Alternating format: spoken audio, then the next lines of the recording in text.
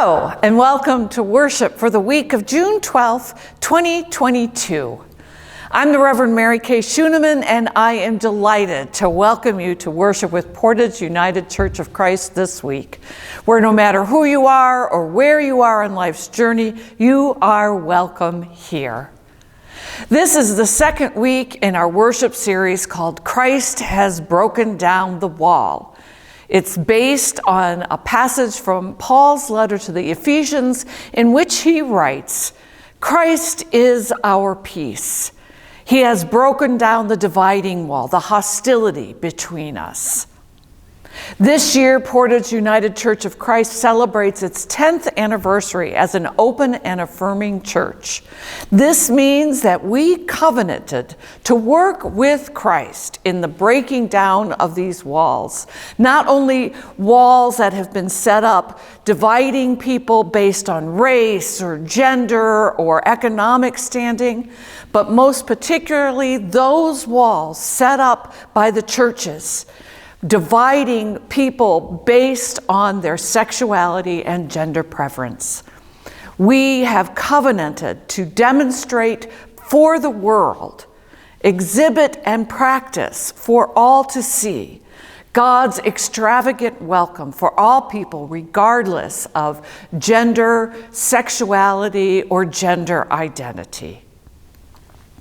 We are working with Christ in breaking down these walls, and through this series, we are listening and discerning for how we're doing on that. What are we doing that we need to keep doing? What else could we be doing to make all know the extravagant love of God given to us through Jesus? Our theme this week is breaking down the walls in families. We all know that there are families that are divided because of gender or sexual identity of a member in that family. You yourself may be a part of that family, or you yourself may be someone who has been on the other side of that dividing wall because of your gender or sexual identity. Our gospel lesson today gives Jesus' words in which he speaks in hyperbole that would express to us that how could anything like this, where families would be separated like this, how could anything like this ever happen? But indeed, it does happen. Our guest speakers today are from an organization called Chosen Families of Michigan. They are an organization that works specifically with LGBTQ youth and young adults who are homeless because of the dividing walls set up in their families. Their message for us today will tell us about the work that they do, this problem in our area, and how we can be a part of it. So I invite you now to join with me in preparing our hearts and our minds, our bodies, and our spirits for worship.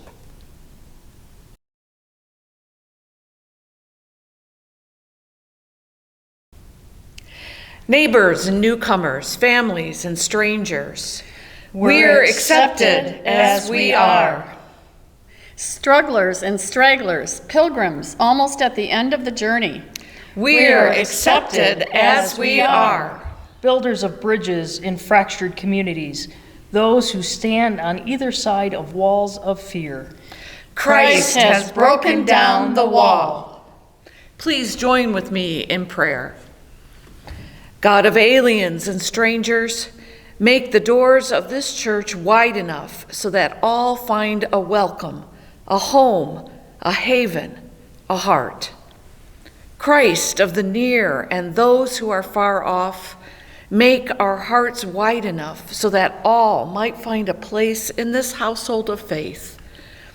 Welcoming Spirit of saints and sinners, open our arms wide enough so that all, the guest, the neighbor, the child, the widow, the politician, the homeless, queer and straight, may be embraced by your love and grace.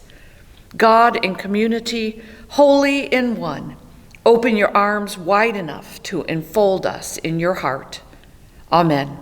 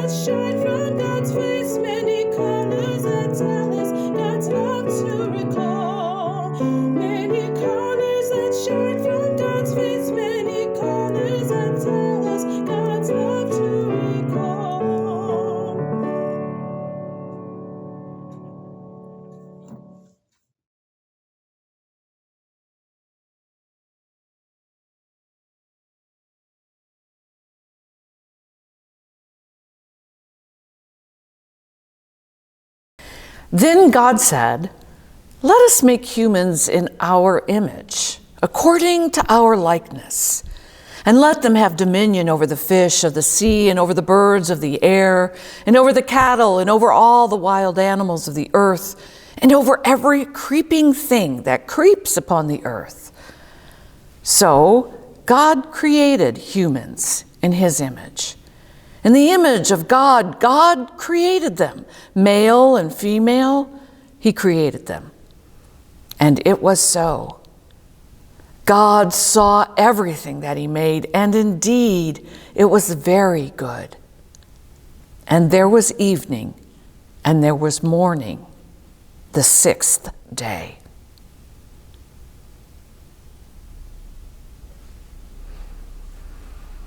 Ask, and it will be given to you. Search, and you will find. Knock, and the door will be opened for you. For everyone who asks receives, and everyone who searches finds, and for everyone who knocks, the door will be opened. Is there anyone among you who, if your child asked for bread, would give a stone? Or if the child asked for a fish, would you give a snake? If you, then, who are merely human, know how to give good gifts to your children, how much more will your Father in heaven give good things to those who ask him? In everything, do to others as you would have them do to you, for this is the law and the prophets. I have to tell you, Mary Kay has me in tears already. This is a very important subject that we're tackling today. And I want to thank the folks who served along with me on the social justice team to put together these two services on important issues of homelessness, and particularly in our own communities, the underground kind of homelessness that's not as evident as in urban areas where people are sleeping on the streets. So Bart Van Eck, P.L. Cross, Prudence McCabe, and myself are hosting this service and putting it together along with Mary Kay. So as we did the research, I've come to understand some of the nuances of the reality. For instance, I learned, I believe I'm putting this together right, that Monica refers to people as houseless out of her own spirituality from her Native American tradition and a sense of what is the proper relationship of human beings to the land. And somehow that some people choose to live closer to the land, and that's to be respected. In listening to the stories of some GSA Gay Straight Alliance students at Portage Northern High School, I became aware that some people can live in the house with their family, but in their hearts they know this building isn't home. Some of those teenagers were abused already, some of them not, but as soon as they came out to their parents, and most of them had the integrity and courage to be out to their parents, they began to be abused in their own households. And some people know that their physical needs can be met, but they don't have a safe place to lay their heads. And so where is our spiritual and emotional home if it's not in a building in which we reside? Today we hear information about how LGBTQ plus folks, particularly young people, navigate this terrain and what we can do to be in relationships of love and support with them. So as we prepare to meet our panel, let's keep those questions in mind. Homelessness in the LGBTQ population crosses all age demographics. We could have focused on the particular issues that aging LGBTQ plus folks confront: housing problems, or the crisis in some cities for homeless men in their 50s, including those off the binary. Today we focus on youth and homelessness. Some, as Mary Kay alluded, I'm putting in quotes, Christian families totally reject their kids who are off the binary, and they must find new places to live. Others require them to stay in the family unit while they abuse them for their identity or orientation. Our panel today includes professionals who work with this population and a young adult who has experienced these results of choice to be out of their choice to be out of unsafe people and take the consequences for just living authentically as the person God created them to be. Our panel includes Ricky Cruiser. Put your hand up, Ricky. Ricky Cruiser, who is the co-founder and executive director of, co-founder of Chosen Family of Michigan and director of policy and advocacy. Christina Suarez-Ross, who is a co-founder and director of Youth Homing Initiative, which is called Dandelion Homes, and she'll tell you more about that. And Everest, who's a young adult survivor of LGBTQ plus homelessness as a teen. Our panel moderator is Missy House-Kurtz, I should say Dr. Missy House-Kurtz, she's a professor, a member of People's Church in Kalamazoo, who has taught our Whole Lives curriculum. That's the joint UCC Unitarian curriculum on human sexuality. Missy's taught the joint Our Whole Lives curriculum to middle school students and often served on and moderated panels on today's topic. So I want you to give a warm welcome to our panel.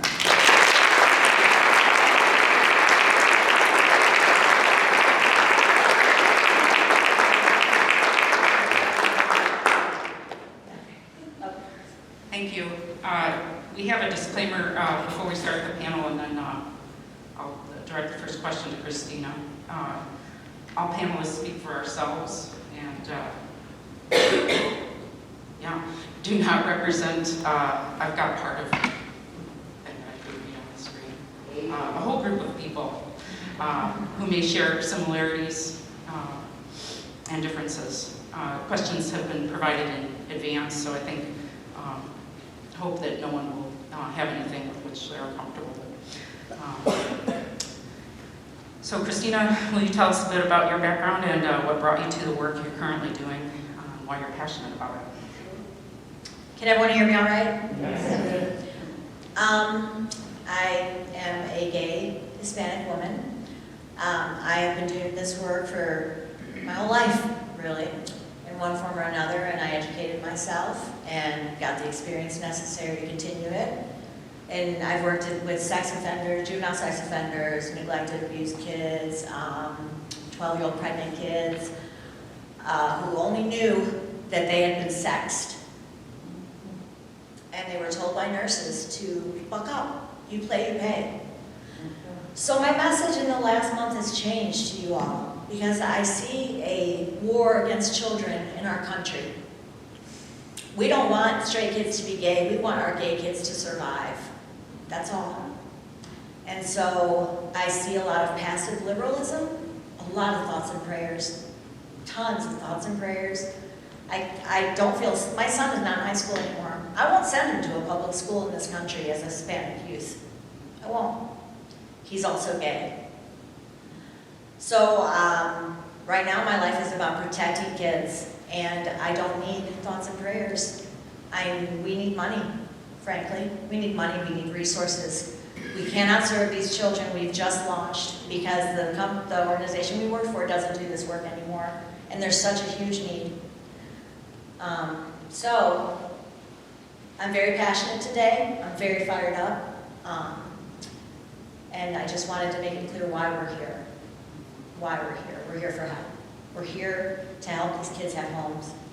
We have one dandelion home already, which is the homes that our people in the community have opened up. I've been working with churches for a long time in our area. Those homes, we've named them that because we are spreading seeds of love and acceptance throughout our community, and we hope to do that throughout all of Michigan eventually. And we need help. So, and then, if you'd like to ask me more questions, I'm going to take a breath. And I'll repeat the same question. Yeah, I got into this work. I came out in a very conservative evangelical Christian household when I was in 8th grade. And it did not go very well, and I did not face, or I was not given the love and acceptance that I had wished for. So high school was very challenging for me, and I ended up moving out when I was 17 and ended up in a very abusive relationship, an abusive household, and that created a lot of lasting trauma. And I went off to college and decided that I want to go into management. I wasn't super fulfilled. I worked in management for a Fortune 500 company. And I loved leading people, but I really wanted to impact change and make sure that LGBTQ kids like myself did not have to experience what I went through and what so many of my fellow LGBTQ friends throughout Michigan had gone through.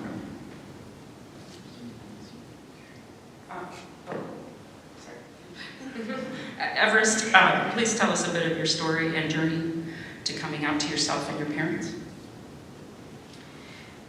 I always love this question because I look back on it now and I recognize that I was actually gay my whole life. And even as a young child, it was clear that I had the ability to deeply love people. And the only thing that really happened in terms of coming out to myself was finally having the language that made sense to me. And I remember coming out for the first time. I invited my very devout Catholic friend in middle school, grade 7, to meet me in the bathroom during recess because I had something important to tell her. And she was in her stall doing her business, and I was looking at myself in the mirror, and I had expressed that there's something big that I felt in my heart, but I wasn't sure about until I could really say it out loud and have somebody else hear it. And I remember looking at myself in the eyes and saying out loud, I am bisexual. And it was this clear moment of relief and freedom, as if this part of me that had been empty for a really long time was finally seen and finally held. And I was lucky enough that my friend was so accepting and so excited that I had shared this with her, and that I was closer to really getting a good idea of who I was and why I felt like my whole life I was weird and different from everybody else. As I said, just the ability to love people was always my prerogative. And even as an adult, I can fall in love with somebody on public transit that's reading a book that I also like. So, really, what that also means is I have continued to come out to myself, and she created that precedent that coming out can be something accepting and doesn't have to be something that's stagnant. So the more that I have gone through life, I've learned more words that have specified better how it is that I really feel inside, especially seeing it being more accepted and used within the world around us. It's felt very safe for me to continue coming out to my chosen family of people that were able to accept me that way, because unfortunately, with my parents, it was a totally different story. And you know, we're finding ourselves consistently, which is why this language is important. But when I had told my parents, expecting that they would be the same amount of loving and accepting and excited, one of the first things they said to me was that they had wished I had said that I had cancer over being gay. And that really broke my heart, especially with the acceptance and love I had been met with prior and knew was possible, especially for somebody who at the time was in 7th grade too. So that's a little bit about my story. Thank you for sharing that. Absolutely, yeah. My only follow-up question, I guess there was, if you do have more to share, Everest, about your experience in terms of instability and barriers. Yeah. You want to go ahead first? Yes. Somebody spoke to Pride. Did you mention, somebody mentioned being at Pride. Was it you? Yes. Pride was, there were kids with makeup on and nail polish. There were boys with, dressed as they felt, and they were so alive. God, I'm sorry. Ooh, those kids, I've never seen such joy in children. So, I've been sick and I stayed there for hours just to watch. Important stuff is possible. These things can happen now. Because like Everett said, there are people out there who want this, who want to love anybody. So, that's good.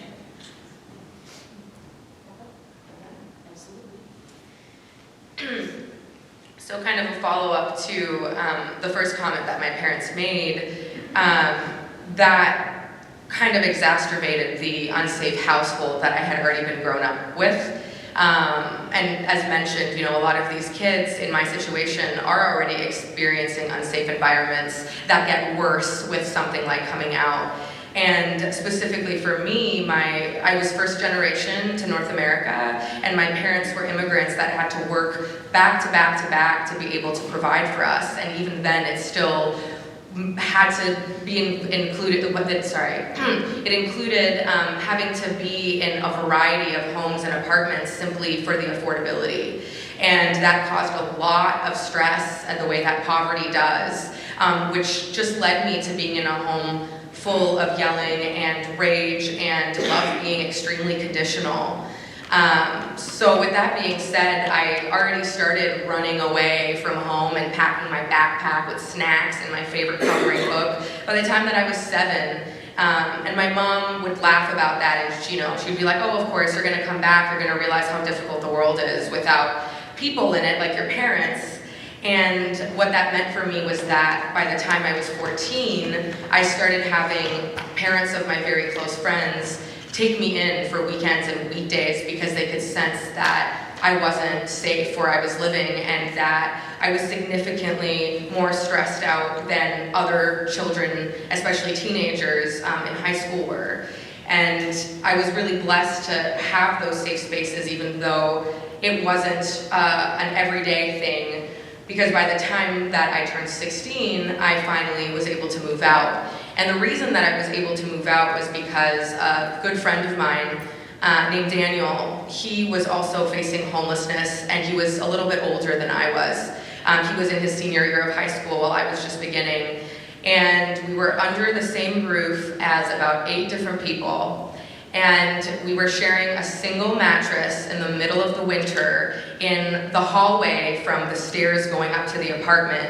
And all we had to rely on was a half-broken car heater for heat. And even though that was a very challenging place to be living in at the age of 16, all that really mattered to me was I was finally surrounded by 8 other people that didn't care that I was different. They were just there to love me and give me a safe place to the capacity that they could, even if that meant a hallway and a single mattress being shared by 2 different people. And however, even though I'm really grateful for that and how it kind of helped with my own independence and strength and integrity, and knowing within my heart that there are people that follow in God's image that will just love and give, it still exposed me to a lot of things that I wouldn't want my own child being exposed to at that age. And especially as a youth facing homelessness, especially a queer youth facing homelessness, it made me a lot more vulnerable, because homelessness doesn't just affect my instability and lack of knowledge for where I'm going to be safe for how long. It also affected my physical health. I was constantly in and out of the hospital for a variety of strange illnesses because of the fact that I didn't have those places to feel like I could shower and really be able to take care of myself in the ways that I needed to. And we know statistically that LGBTQ folks are disproportionately affected when it comes to healthcare. Even when looking at something like COVID, the CDC has posted that information. And it also affected my own ability to have stable relationships, to trust people. It really made me grow up way too fast, and that of course also led to similar things like what Ricky mentioned, was vulnerable to a lot of assault, because I had the image in my mind that what love meant was that it's painful as well, and that it's something that I had to prove myself for, and it was just part of love. And that really affected me even within my adulthood, because I continued to be in those situations, not because I wanted to be, but because I just thought that that was the experience for a lot of immigrant children, including the boy that took me in who was Colombian and didn't have a place to be other than working 2 jobs and not being able to graduate high school at the time. So yeah, that's kind of a little bit more about just the condensed version of my housing instability throughout my life. Thank you very much. So it did not start out well. And I have another question for Ricky and then Christina, and we'll end with Everest. Ricky, do you have more to say about the advocacy needed to change the reality? Yeah, I mean, so a huge part of my position, both now and in prior organizations, has been training individuals, companies, and communities on how to be better allies. An ally is a verb. It means to be actionable. It doesn't just mean wearing a rainbow flag or simply going to Pride, although going to Pride is a great way to start. But it really is, donating to organizations, being willing to become a dandelion home, spreading the word, learning more yourself so that you can talk to other people who might not agree with you. And just in my lifetime, I'm in my mid-20s, I've seen a lot of changes. Around the time when I was born, Matthew Shepard was murdered in Wyoming he was an openly gay male, was tied up to a fence, and Ellen DeGeneres lost her sitcom. And in the early 2000s, a DeVos-backed ballot initiative formally banned marriage in Michigan. And just in the last 20 years, we've seen a lot of progress through changed hearts and minds, people being brave enough to not only be out, but to have tough conversations. So I think it is more actionable. Having conversations and learning and doing whatever you can is incredibly important. And although this is a church and I only say so much, it is important to go out and vote and to recognize that there are a lot of politicians out there doing very harmful things and saying very harmful things about our community. But especially in places like Portage, the schools have so much power in our children's lives. That's where they spend, most of their day for 12 years. And it is important that kids know where their safe spaces are. So making sure that teachers are able to display the pride flag. That's been an issue in towns near here. And going to school board meetings if you're hearing certain things, and being a good neighbor to kids in your community so that they know you're a safe place as well. I just think being involved in the school districts is very important because kids spend all their time there. Thank you. And Christina, whatever you got. And would you like to add a bit more about the joys and challenges of helping LGBTQ plus youth? Yes, you guys are, if you're not tired of hearing from me. I'm calmer now though. I feel like you guys are listening. I don't know how to speak to the joys really because it's what makes my life. I consider them my kids. They're all my kids. My son struggled with that as he's my only child, but they live in my heart all the time. I don't have an on-call system. I have my phone, and if kids need me, they call me, and I meet them wherever they need to be.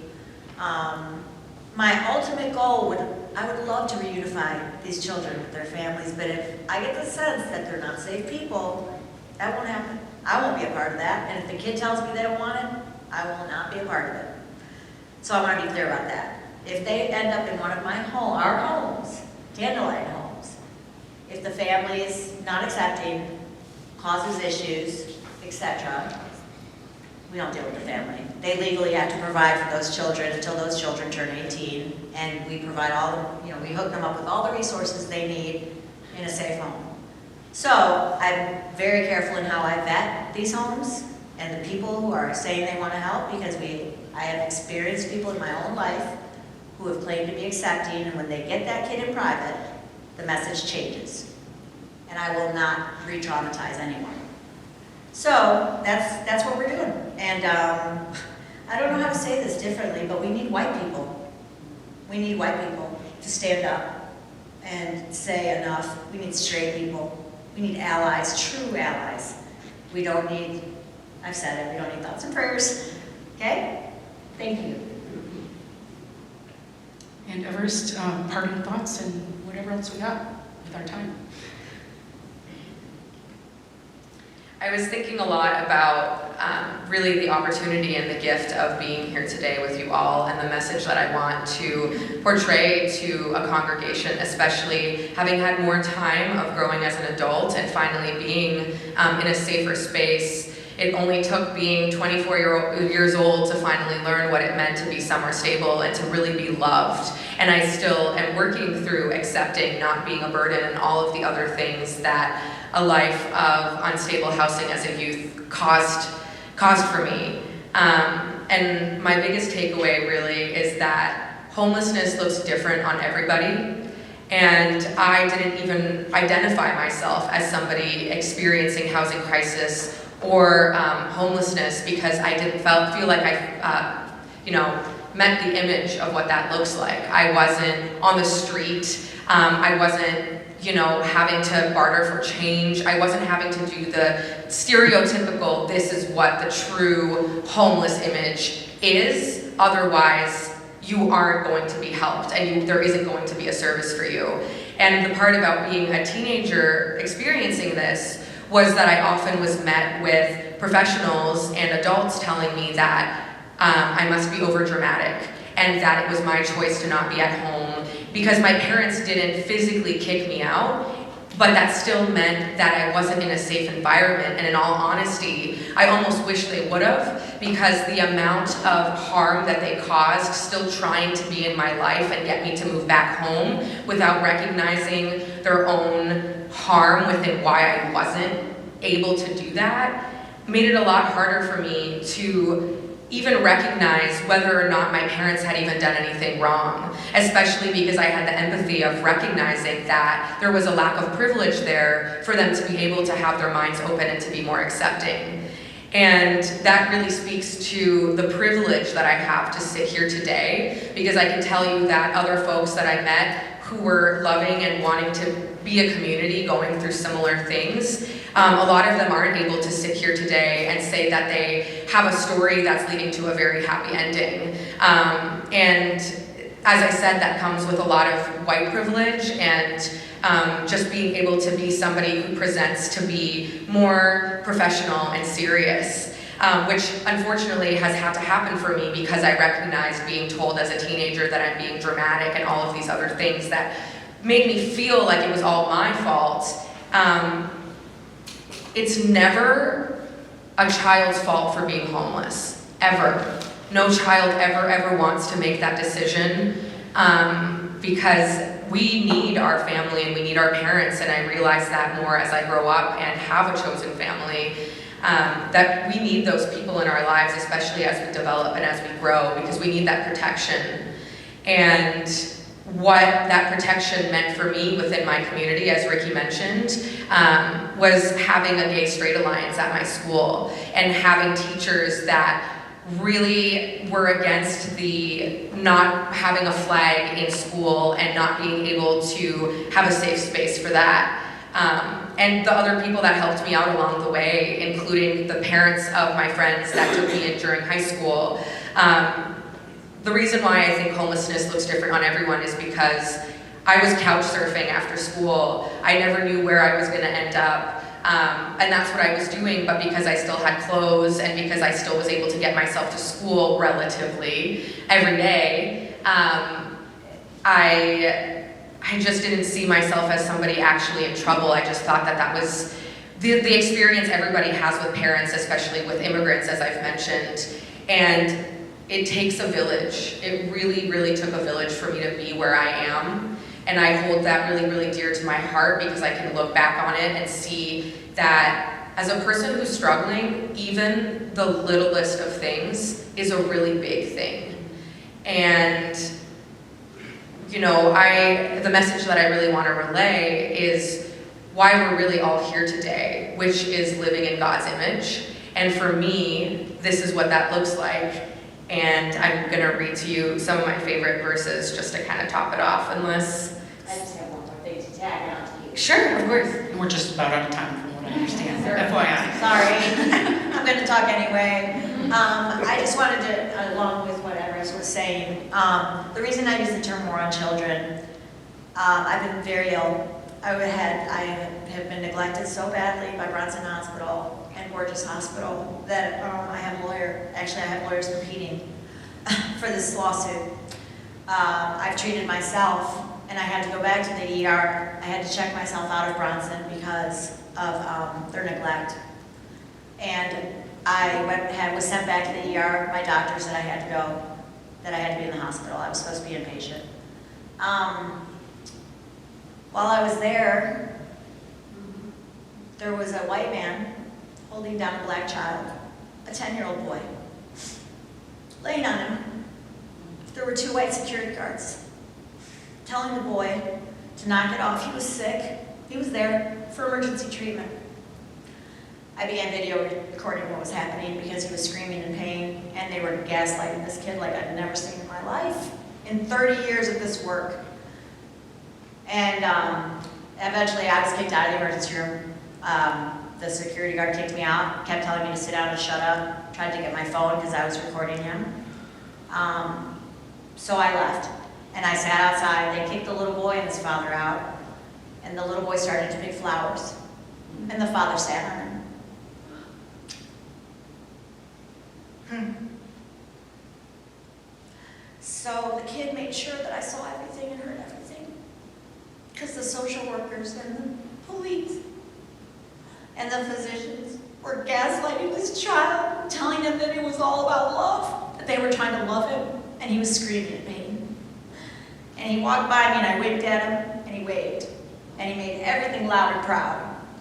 And I tried to call CPS, because I'm a mandated reporter, and because I'm a human being. And no one answered. So I called the police. I called 911 and got the same kind of runaround I always get from the police because I live in the Edison neighborhood and they don't even bother coming out.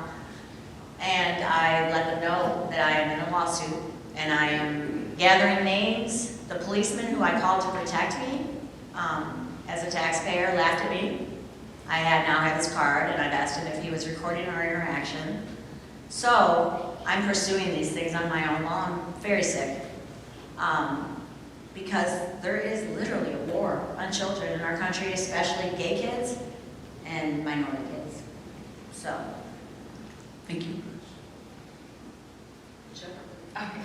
I'm just going to finish off with, as I said, what it really means to live in God's image for me. And a lot of 1 Corinthians 13 really speaks to that. And this is my takeaway. If I give all I possess to the poor and give over my body to hardship that I may boast, but do not have love, I gain nothing. Love is patient, love is kind. It does not envy, it does not boast, it is not proud. It does not dishonor others, it is not self-seeking, it is not easily angered, it keeps no records of wrongs. Love does not delight in evil, but rejoices with the truth. It always protects, always trusts, always hopes, always perseveres. And now these 3 remain, faith, hope, and love. But the greatest of these is love. And a final one, which is 1 John 4:16. And so we know and rely on the love God has for us. God is love. Whoever lives in love lives in God, and God in them. Amen. Amen. Thank you. You too? Yeah. Thank you for being here. And I understand some of us will be able to stay. Yeah, so just to close it out, I think 2 big takeaways for us. One is to be an ally and a true actionable ally. And as you can see on the screen, the statistics, there's not a lot of good reporting, first of all, but there's approximately, at any one time, 25 homeless LGBTQ youth in Kalamazoo County. It's not that the number is massive, but LGBTQ youth under the age of 18, we can't place them in hotels, and they can't go to shelters unaccompanied. So there's very limited options for the specific portion of the homeless population.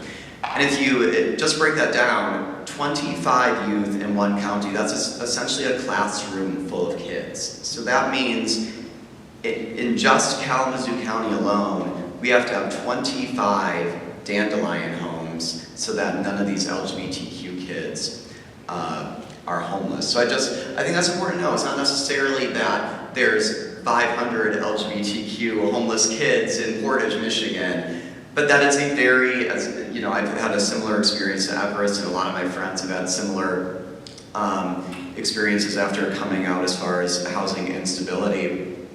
It's not that the number is huge, it's that it's a very complicated life with a lot of barriers, and especially for those under 18, there are very limited options to help them.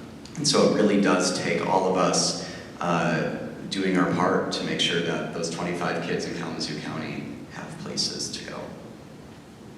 Thank you very much. So thank you all for your attention.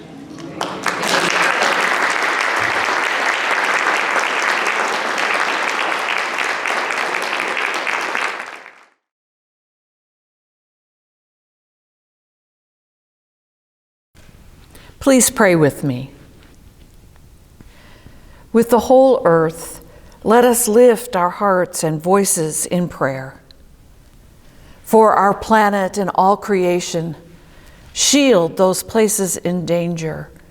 Inspire us to protect the earth. We pray especially for the victims of hurricanes, earthquakes, fires, and flooding around the world. God of love, hear our prayer. For people in our lives and those unknown to us who need healing, care, and compassion, especially the hungry, those without homes, the refugee and the stranger. God of love, hear our prayer. We pray for those who need hope, for those who feel excluded, those who are struggling with discerning or discovering their identity. Help us to be the friends and allies that we wish to see in the world, lending supportive guidance on the journey to self-discovery. Loving God, hear our prayer. We remember those who cannot return home, or for whom visiting their hometown causes anxiety or stress. Guide those who move to new homes, schools, jobs, and towns, and for military people experiencing homecoming. Be with all of us as we make our home in our bodies and discover who you created us to be. Loving God, hear our prayer. For all to know that they are beloved by God and worthy of love.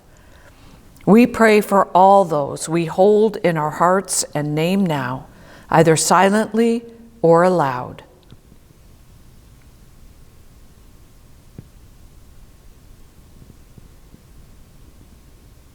God of love, hear our prayer.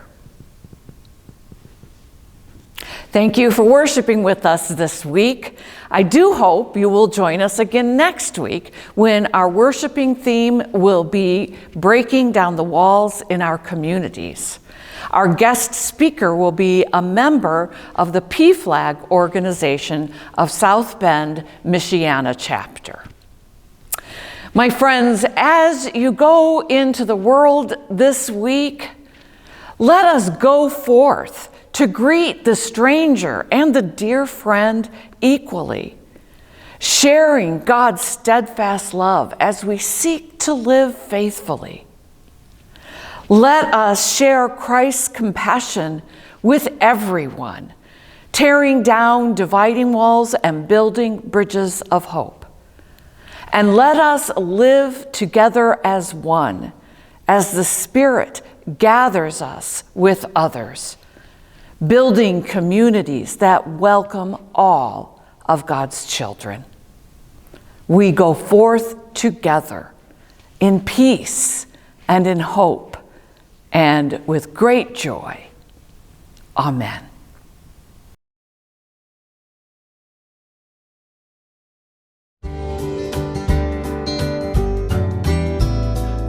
Everyone born a place at the table, for everyone born clean water and bread, a shelter, a space, a safe place for growing, for everyone born a star overhead, and God will be light when we are creators of justice and joy.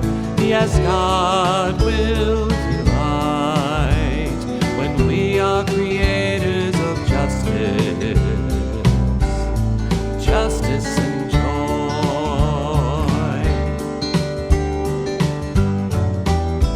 For young and for old, a place at the table, a voice to be heard, a part in the song, the hands of a child in hands that are wrinkled, for young and for old, the right to belong. And God will be light when we are creators of justice and joy.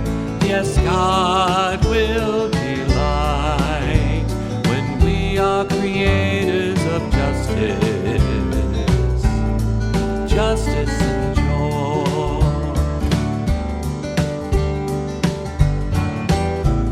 For everyone born a place at the table, to live without fear and simply to be, to work, to speak out, to witness and worship, for everyone born the right to be free. And God will be light when we are creators of justice and joy. Yes, God will delight when we are creators of justice. still.